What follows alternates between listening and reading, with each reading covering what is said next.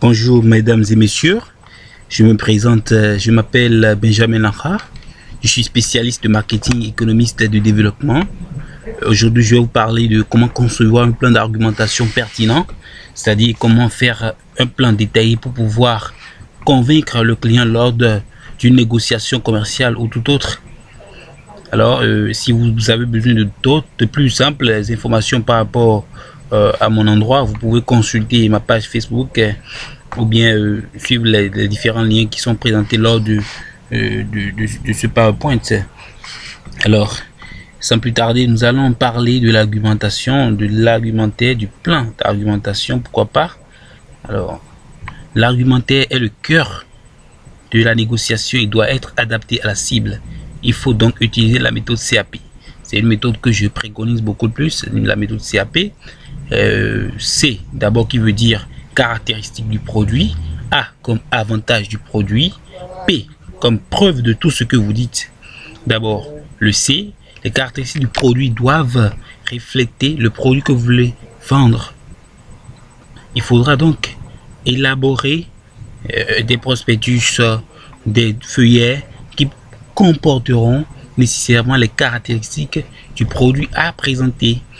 Alors ensuite, il faudra préparer a priori les avantages du produit, étudier les différents avantages que comporte ce produit. Le P comme la preuve, donc il faudra toujours appuyer par des exemples concrets, tout objet, on dira, qui pourra influencer la décision d'achat de votre interlocuteur ou de votre clientèle potentiel, je vais dire. Alors, par la suite, nous allons utiliser certains outils et comme c'est dit, pour l'argumentaire, l'argumentaire nécessairement doit contenir certains aspects. Comme en petit 1, on aura à dire donner les caractéristiques et les avantages du produit. 2. Prouver, apporter les preuves des avantages que vous avez énumérés. Comme précédemment on a eu à le dire, il faudra élaborer les caractéristiques et donc dire ces caractéristiques lors de la négociation de telle manière que le client soit convaincu sur ce produit, sache à quoi s'attendre. Maintenant la preuve, c'est indispensable puisque ça donne beaucoup plus de poids à l'argumentation et donc il faudra nécessairement amener des preuves palpable pour pouvoir influencer sa décision. En 3, nous aurons déduire. Bien sûr, il faudra à ce niveau se reposer sur les avantages que le client peut en tirer du produit pour l'influencer d'une manière positive. Vérifier par le dernier point, il s'agira donc de contrôler les effets de l'argumentaire. Déterminer à un moment donné si, ah oui, le produit a été accepté ou sinon la décision est inconcise et il faut voir comment il faut faire.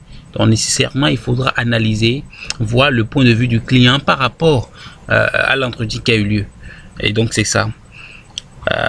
Nous sommes donc à la fin de notre présentation. Je vous prierai donc d'attendre les autres rubriques qui vont venir sans cesse dans quelques instants, je dirais bien. Donc le premier, c'est comment prospecter, la gestion du temps, comment gérer un entretien d'embauche, comment décrocher un contrat exclusif, comment faire une publicité dynamique. Et donc je vous dirai sans cesse à bientôt. Et pour des questions, me contacter avec les informations qui sont là et la page Facebook qui est intitulée et vous pouvez me joindre. Merci.